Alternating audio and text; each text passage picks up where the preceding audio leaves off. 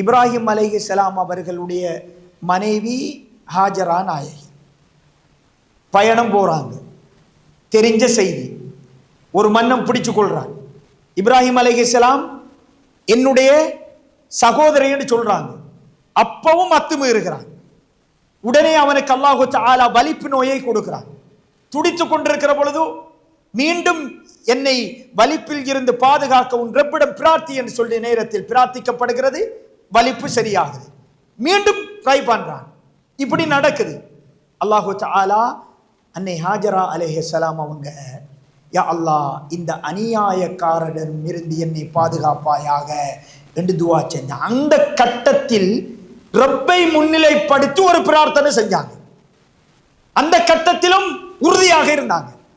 அல்லாஹு தஆலா அந்த தாயிட பரம்பரையில் இருந்து அவங்களோட பேர பிள்ளையோட கொண்டாராங்க. யாரு? நபி யூசுப் அலைஹிஸ்ஸலாம் அவர்கள். இவங்க சந்தித்தது ஒரு சூழல். தலைமுறை கடந்தும் ஒரு நன்னடத்தை, ஒரு முன்மாதிரி எந்த அளவு தாக்கம் செலுத்துது என்று பாருங்க. பல தலைமுறை கடந்தும் யூசுப் அலைஹிஸ்ஸலாம் அவர்கள் பிடித்து இழுக்கப்படுகிறார்கள். அந்த நேரத்தில் யூசுப் அலைஹிஸ்ஸலாம் அவர்கள், இந்த பாவத்தை செய்வதை விட ஜெயிலில் இருப்பது எனக்கு மேலானது அப்படியேங்கிறாங்க. எங்கட முன்மாதிரிகள் இருக்குதானே, நிச்சயம் அல்லாஹு தஆலா எங்கட நன்னடத்தைகள், முன்மாதிரிகளை, குறிப்பாக உங்கள் பிள்ளைகளுக்கு நான் தான் முன்மாதிரி என்கிறத மறந்துடணும்.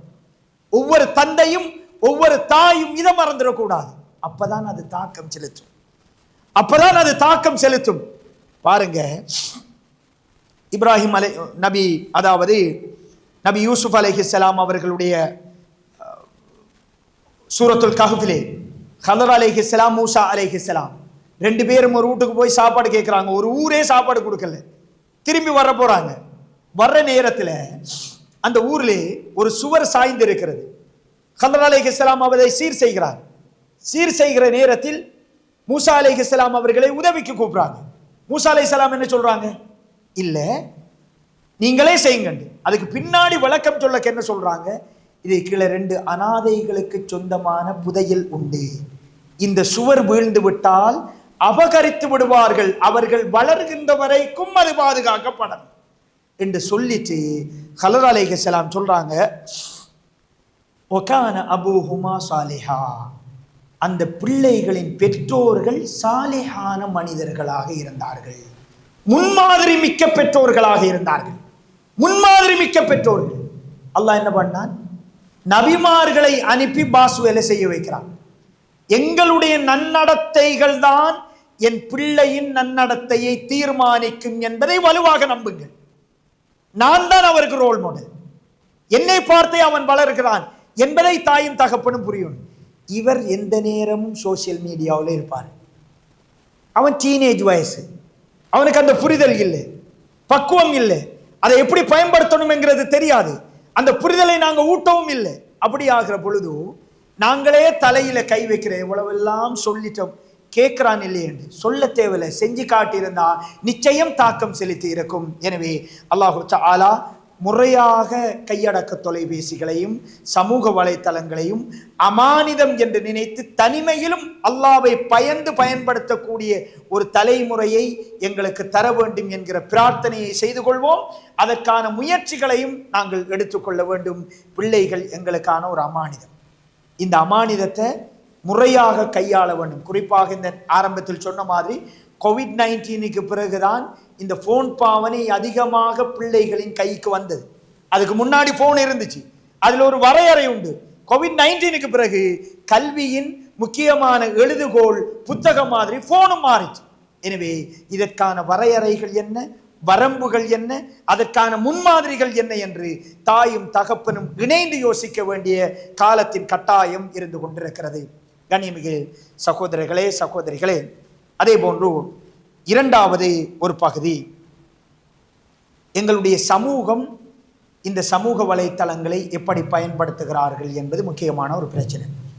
ஒரு கோட்பாடு, ஒரு சித்தார்த்தம் வெற்றி பெற வேண்டுமென்றால் 4 முக்கிய கூறுகள் தேவை. ஒன்று, அதனுடைய இலக்குகள் சரியாக இருக்கணும். இஸ்லாத்தின் இலக்குகள் சரியாக இருக்கிறது. நோக்கங்கள் புனிதமாக இருக்கணும்.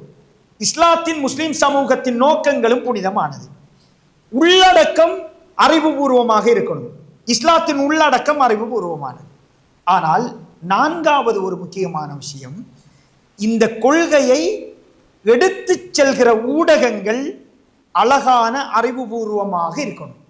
இதுல தான் ஏதோ ஒரு இடத்துல நாங்க சறுக்கிட்டே இருக்கிறோம். இந்த சமூக வலைத்தளங்களை இந்த சமூகம் தவறாக பயன்படுத்துகிறார்களோ என்கிற அச்சம் இருக்குது. இது தொடர்ந்தால் மிக மிக ஆபத்தான சூழல் வரும். சில செய்திகளை சொல்றேன். மூசா அலைஹிஸ்ஸலாம் அவர்கள், அல்லாஹு தஆலா சொல்றான், ஃபிர்அவுன்ட்ட போய் பிரச்சாரம் செய்யுங்கன்னு சொல்லி. மூசா அலைஹிஸ்ஸலாம் என்ன சொல்றாங்க? வ அஹி ஹாரூன் ஹுவ அஃப்ஸஹு மின்னி லிசானா, என்ற சகோதரர் ஹாரூன் என்னை விட நாவன்மை மிக்கவர், அவரை என்னோடு அனுப்பி வைங்கன்னு சொல்லி மூசா அலைஹிஸ்ஸலாம் அல்லாஹ் கிட்ட கேட்குறாங்க. மூசா அலைஹிஸ்ஸலாம் சிறப்பான பணி, உடனே போய் அதை செய்வோம் என்று போகல. நாங்க சொல்ற அந்த ஊடகம், இந்த கொள்கையை சொல்கிற ஊடகம் அழகாக இருக்கணும் என்பதில் மூசா அலைஹிஸ்ஸலாம் அவர்கள் கவனமாக இருந்திருக்கிறார்கள். ஆனால் இன்றைக்கு எங்கட சமூகம் சமூக வலைத்தளங்களை பயன்படுத்தின விதத்தால தான் இந்த சமூகத்திற்கு பல கெட்ட பெயர்களும் மாற்று மத சகோதரர்களிடம் ஒரு வெறுப்பான அலையும் வந்ததற்கு அடிப்படை காரணிகளில் ஒன்று முறையாக கையாளப்படாத சமூக வலைத்தளங்கள். அல்லாஹு தஆலா பாதுகாக்கணும். குறிப்பாக சில செய்திகளை பாருங்க. அதாவது முதலாவது, உண்மையாக நாங்கள் நடக்கணும். எங்களோட சமூகம் எப்படி என்ன இருக்குது? எங்களோட முன்னோர்கள் இலங்கையில் வாழ்ந்தாங்க. அவங்க எங்களுக்கு நல்லொரு முஸ்லிம் என்றா ஒரு கண்ணியமாக பார்க்கக்கூடிய ஒரு சூழலை எங்களுக்கு அமானிதமாக தந்துட்டு மௌத்தானாங்க. இந்த கூட்டு அமானிதத்தை நானும் நீங்களும் உணர்ந்திருக்கிறோமா? இது ஒரு அமானிதம். இது அடுத்த தலைமுறைக்கு நான் கொடுக்கணும் என்கிற நம்பிக்கை, உணர்வு, அமானித பொறுப்பு எங்கள்கிட்ட இருக்குதா? இல்லை. எங்களோட சமூகம் எப்படின்னா மயில் மாதிரி. மயில் தண்ட அழகை பார்க்கணும்டா பின்னுக்கு திரும்பி தான் பார்க்கணும், முன்னாடி பார்க்க இயலாது. எங்கட சமூகமும் எங்கட அழகை பார்க்கணும்டா பின்னாடி தான் பார்க்க வேண்டியிருக்குது. இன்றைக்கு யாரும் சமூகத்தை அழகுபடுத்துகின்ற செயலில் ஈடுபடுகிறார்களா என்றால் அவர்களை அழகுபடுத்துகின்ற செயல்களை தான் சமூக வலைத்தளங்களில் செய்து கொண்டிருக்கிறார்கள். எல்லோருமே, ஆன்மீகவாதிகள், அரசியல்வாதிகள், எல்லோருமே. இது ஆபத்தான ஒரு சூழல். முதலாவது, உண்மையாக நடந்து கொள்ளணும். அல்லாஹ் குர்ஆன்ல சொல்றான், அதாவது தக்குவா, நீதமாக நடந்து கொள்ளுங்கள், தக்குவாவுக்கு அதுவே நெருக்கமானது என்று அல்லாஹ் சொல்றான். சமூக வலைத்தளங்கள்ல அரசியல்வாதிகளை எல்லை மீறி புகழ்ற அல்லது எல்லை மீறி விமர்சிக்கிற, அதை முஸ்லிம் மட்டுமா பார்க்கிறது? எல்லோருமே பார்க்கிறது. ஆன்மீகவாதிகளை எல்லை மீறி புகழ்தல் அல்லது எல்லை மீறி இகழ்தல், இதை முஸ்லிம் மட்டுமா பார்க்கிறது? எல்லோரும் பார்க்கிறது. ஒரு சமூகத்தை விமர்சிக்கிற நேரத்தில் எல்லை மீறி விமர்சித்தல், இவை எல்லாமே இலங்கையில் ஒரு முஸ்லிமாக வாழ்றதுக்கும் ஒரு அரபு நாட்டில் முஸ்லிமாக வாழ்றதுக்கும் வித்தியாசம் இருக்கா இல்லையா? நிச்சயமா வித்தியாசம் இருக்குது. இலங்கையில் இஸ்லாத்தை பிரதிநிதித்துவப்படுத்துகிற மனிதன் நான் செய்கிற ஒரு தவறு என் தவறாக பார்க்கப்பட மாட்டாது, என் சமூகத்தின் தவறாக, என் தீனின் தவறாக பார்க்கப்படும் என்கிற புரிதல் நமக்கு இருக்கணும். என் எழுத்து, என் பேச்சு, வெளியில நான் ரோட் பாதை ஒழுங்கு, பிசினஸ் பண்ணக்க தாடி சூரத்தோட நான் செய்கிற தவறுகள் ஏண்ட தவறல்ல, இந்த சமூகத்தின் இந்த தீனின் தவறாக பார்க்கப்படும். ஸல்லல்லாஹு அலைஹி வஸல்லம் அவர்கள் ஆயிஷா நாயகி அவதூறு பேசிட்டாங்க. அல்லாஹு தஆலா ஆயிஷா நாயகி அதிலிருந்து பாதுகாக்கிறான். பாதுகாத்த நேரத்தில் பாவத்தில் ஈடுபட்டு அவதூறு பேசியவர்கள் தண்டிக்கப்படுறாங்க. பிரதான சூத்திரதாரிகளில் ஒருவர் முனாஃபிக்கின்களின் தலைவர், அவன் முக்கியமா தண்டிக்கப்பட்டிருக்கணும். ஆனால் ரசூல் ஸல்லல்லாஹு அலைஹி வஸல்லம் அவர்கள் அவனை மட்டும் தண்டிக்கல. சஹாபாக்கள், யா ரசூலல்லாஹ், இவனை தண்டிக்கணும் அப்படிங்கிறாங்க. அல்லாஹ்வுடைய தூதர் சொல்றாங்க, இல்லை, அவனை விட்டுடுவோம். அவனை தண்டித்தால் அவர்கள் ஒரு அணியாக வலுவடைவார்கள், எங்களுக்கு எதிராக இன்னும் தீவிரமாக யோசிப்பார்கள், அதை கண்டுகொள்ள வேண்டாம், அப்படியே விடுங்கள்னு சொல்றாங்க. ரசூலுல்லாஹ்வோட ஃபெமிலி பிரச்சனை. அல்லாவே ஆயிஷா நாயை தூய்மைப்படுத்தி விட்டான். அல்லாஹ்வுடைய தூதர் நினைத்திருந்தால் கடுமையாக தண்டித்திருக்கலாம், அதுக்குரிய பவர் இருக்குது. ஆனாலும் அல்லாஹ்வுடைய தூதர் இந்த சமூகத்தின் தீனின் பாதுகாப்பு தொடர்பாக யோசிக்கிறாங்க. நாங்க மார்க்கெட்ல ஒரு வார்த்தையை பேசக்க, சமூக வலைத்தளங்களை லைவ் போடக்க, சமூக வலைத்தளங்களை ஒரு பதிவை எழுதக்க, நான் இந்த தீனின் பிரதிநிதியாக பார்க்கப்படுகிறேன் என்கிற பொறுப்பை உணர்ந்திருக்கிறோமா சகோதரர்களே? இலங்கையில் எங்கோ ஒரு மூலையில் ஒருவர் பேசிய எழுத்துக்கும் பேச்சுக்கும் ஒரு லைவ் வீடியோவுக்கும் ஒட்டுமொத்த சமூகமும் விலை கொடுக்க வேண்டிய நிலை இருக்குது. பெரியோர் பாவம். நாங்க மௌத்தான பிறகும் பாவம் வந்து இருக்கும் கபருக்கு. இந்த சமூகத்திற்கு நிறைய பிரச்சனைகள் வந்ததற்கு அடிப்படை காரணிகளில் ஒன்று சமூக வலைத்தளங்களை தவறாக பயன்படுத்தி கொண்டிருக்கிறோம். அல்லாஹு தஆலாவை முன்னிலைப்படுத்தி இதிலிருந்து நாங்கள் மீள்வதற்கு யோசிக்க வேண்டும். கண்ணியமிகு சகோதரர்களே, நிறைய வதந்திகளை பரப்புறது, குறிப்பாக ஒரு தகவல் உண்மையாயிருக்கும், நடந்த செய்தியாயிருக்கும், ஆனால் விளைவுகளை கருத்தில் கொண்டு சமூக வலைத்தளங்களை பயன்படுத்தணும். அப்படி நடக்குதா அன்றைக்கு? இப்ப உதாரணமா ரசூல் ஸல்லல்லாஹு அலைஹி வஸல்லம் அவர்கள் தண்ட மனைவியோட இரவு நேரத்தில் வெளியே போறாங்க. 2 நபித்தோழர்கள் அந்த இடத்தில் இவர்களை கடந்து செல்கிற பொழுது அல்லாஹ்வுடைய தூதர் இது என்னுடைய மனைவிதான் அப்படின்னு சொல்றாங்க. நபித்தோழர்கள் யார் ரசூலல்லாஹ் உங்களை போய் அப்படி நினைப்போமாங்கிறாங்க. இது நடந்த ஒரு செய்தி. உதாரணமா நபித்தோழர்கள் இப்படி அறிவிக்கிறதே கிடையாது. உதாரணமா இந்த செய்தியை அந்த நபித்தோழர்கள் இப்படி சொல்லி இருந்தால், அல்லாஹ்வுடைய தூதரை நேற்று இரவில் நாங்கள் பார்த்தோம், ஒரு பெண்ணோடு சென்றார்கள், நடந்த செய்தியா இல்லையா? அவர மனைவிதான். இப்படி அந்த தகவல் வந்திருந்தால் என்னென்ன விளைவுகளை அது ஏற்படுத்தி இருக்கும்? இப்படித்தான் நாங்க பதிவு செய்யற தகவல் எல்லாம் விளைவுகளை கருத்திலே கொள்றல. முஸ்லீம்களின் பள்ளி வாயல்களின் எண்ணிக்கை போட்டாச்சு, பகிர்ந்தாச்சு. ஒரு புதிய பள்ளியை கட்டினா அதை அப்படியே போட்டு அப்படியே பிடிச்சு கட்டியாச்சு. எங்கள் மீது பொறாமையும் எரிச்சலும் எதிர்ப்பும் வருவதற்கு எங்கட பதிவே காரணமாய் இருக்கிறது. என்ன தேவை இது? இவருக்கு எவ்வளவு லாபம் வருது பிஸ்னஸ்லங்கிறத வெளியே சொல்ல மாட்டார். இவருக்கு இந்த முறை எவ்வளவு விஷயங்கள் வருது அப்படிங்கிறத வெளியே பேச மாட்டார்.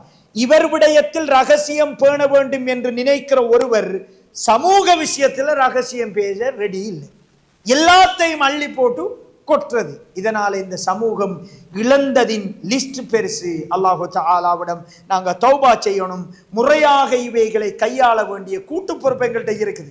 கண்ணியமிக்க சகோதரர்களே, சகோதரிகளே, ஜேம்ஸ் ஸ்கோட் என்கிற ஒரு சமூக மானுடவியலாளர் சொல்றாரு, பலவீனமானவர்களின் ஆயுதம்தான் சமூக வலைத்தளம் என்று சொல்றாரு. உண்மையான விஷயம்.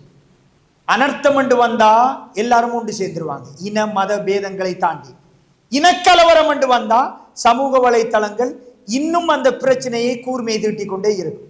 இலங்கையில இனக்கலவரம் தீவிரமடைவதற்கு அடிப்படையாக அமைந்த காரணிகளில் ஒன்று என்னது? சமூக வலைத்தளங்கள். ஏதும் பிரச்சனை வந்தா ஃபர்ஸ்ட் கட் பண்றது என்னது? நெட்வொர்க்கை கட் பண்ணுவாங்க. ஏனென்றா அதுதான் பிரச்சனைகளை தீவிரப்படுத்துகிறது. கண்ணியமிகு சகோதரர்களே, ஒரு செய்தியை பாருங்க, இன்றைக்கு எப்படியான சூழல் இருக்குதுன்னு சொல்லி சொன்னா, இப்போ ஏப்ரல் 21 தாக்குதலுக்கு பிறகு அல்லாஹு தஆலா தவறிழைத்தவர்களை, குற்றம் செய்தவர்கள் கட்டாயம் சட்டத்தின் முன் தண்டிக்கப்பட வேண்டும். பாதிக்கப்பட்ட மக்களுக்கு நியாயம் கிடைக்க வேண்டும். ஆட்சிகள் பல வந்து கடந்து போனாலும் அதன் முடிச்சுகள் இன்னும் அவிழ்க்கப்படாமல் தொடர்ந்து கொண்டே இருக்கிறது. சமூக வலைத்தளங்களின் முறையற்ற பாவனையினால் எல்லா சமூகங்களும் பல்வேறுபட்ட சிக்கல்களை, கஷ்டங்களை இலங்கையில் சந்தித்தார்கள். ஒமா அசாபக்கும் மின் முசீபா ஃபபிமா கஸபத் ஐதீக்கும். உங்களுக்கு ஏற்படுற எந்த முசீபத்தா இருந்தாலும் அது உங்களோட கரத்தால சம்பாதித்து கொண்டவைகள் தான் என்று அல்லாஹு தஆலா அல் குர்ஆனிலே சொல்கிறான். சமூக வலைத்தளங்கள் இன்றைக்கு என்ன நடக்குதுண்டா, உலமாக்கள் அரசியல்வாதிகள் மாதிரி உலமாக்கள் யோசிக்கிறாங்க. அல்லாஹ் பாதுகாக்கணும். ஒரு புகழ்ச்சி அரசியல்வாதிக்கு மகிழ்ச்சியை கொடுக்கலாம். ஏனென்றா ஒரு கட்டத்தில் அது 4 ஓட்டா மாறலாம் என்ற நம்பிக்கை இருக்கலாம். ஆனால் அல்லாஹ்வை பயப்படுகிற ஒரு சாதாரண மனிதன் ஒருவர் புகழ்கின்ற பொழுது ஈமான் பலமாக இருந்தால் புழு மாதிரி துடிச்சிடணும். நெருப்புல பட்ட புழு மாதிரி அவர் துடிக்கணும். ஆனா அப்படி நிலைமை இல்லை. எல்லோரும் குறியீட்டு அடையாளங்களை சமூக வலைத்தளங்களில் தேறாங்க. ஒவ்வொரு அரசியல் தலைவர்கள், கட்சிகள், ஜமாத்துக்கள், பள்ளி வாயல்கள், இது இந்த சமூகத்தை மாற்று சமூகத்திடம் தலைகுனிய வைக்குது. இந்த உண்மை இதை கூர்திட்டத்துக்கு பலர் ரெடி. அந்தந்த கட்சி சார்ந்த, ஜமாத்து சார்ந்த, உலமாக்கள் சார்ந்தாக்கள் இதை கூர்திட்டத்துக்கு இன்னும் ரெடி ஆகிக்கிறாங்க. இந்த சமூகத்தை இன்றைக்கு வழி நடத்துறது யாரு? புத்திஜீவிகளா, உலமாக்களா, அரசியல்வாதிகளா, யூடியூபர்ஸா, ஃபேஸ்புக் பாவனையாளர்களா? இந்த சமூகத்தை வழி நடாத்துகின்ற தலைமை தாங்குகின்றவர்கள் யார்? இதை நம்ம இங்க பேசுறதால திகாரியில பிரச்சனைக்கு தீர்வு கிடைச்சிட வேண்டியதல்ல. ஆனால் இது பெரும் வழிகள். இது பத்தி சீரியஸா யோசிக்கணும். இல்லாட்டி அமானிதமாக கண்ணியமாக இந்த சமூகத்திற்கு ஒரு நற்பெயரை எங்கட முன்னோர்கள் தந்துட்டு மௌத்தானாங்க. எங்கட அடுத்த தலைமுறைக்கு ஒரு ஃபித்னாவான ஒரு காலத்தை பரிசளித்து போடுவோம். நிச்சயமாக அல்லாஹ்விடத்தில் அதற்கு நாங்கள் எல்லோரும் பதில் சொல்லியாகும். யார் வழி நடத்துறது? ஒரு ஆலிம் என்ன செய்வாரண்டா, உள்ள விஷயம் இது. நாங்க உலமாக்களோட பேசுறோம். சமூக வலைத்தள பாவனையாளர்கள் எதை சரி காண்றாங்களோ, எதை சீரியஸா எழுதி பேசுறாங்களோ அதுக்கு சார்பாகவே பேசணும் என்று நினைக்கிறாங்க. இந்த உம்மத்து வெற்றி அடையுமா சகோதரர்களே?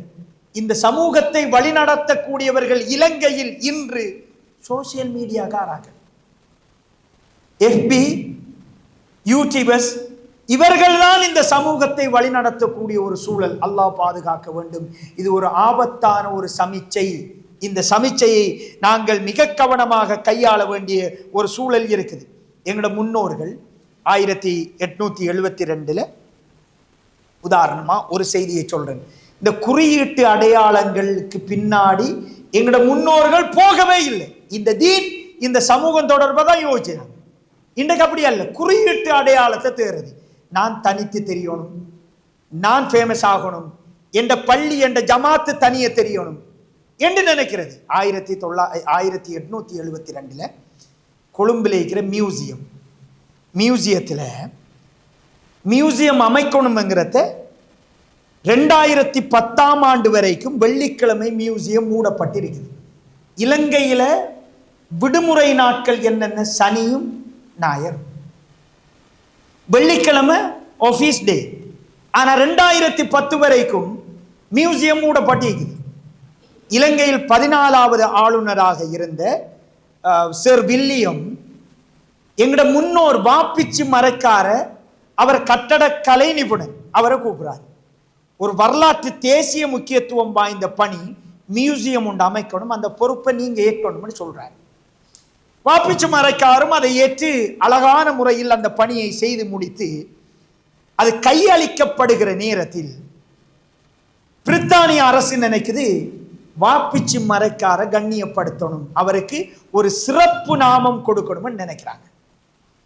அதுல பெரேரா என்கிற ஒருத்தர் தச்சுத்துறைக்கு பொறுப்பாக இருந்தார்.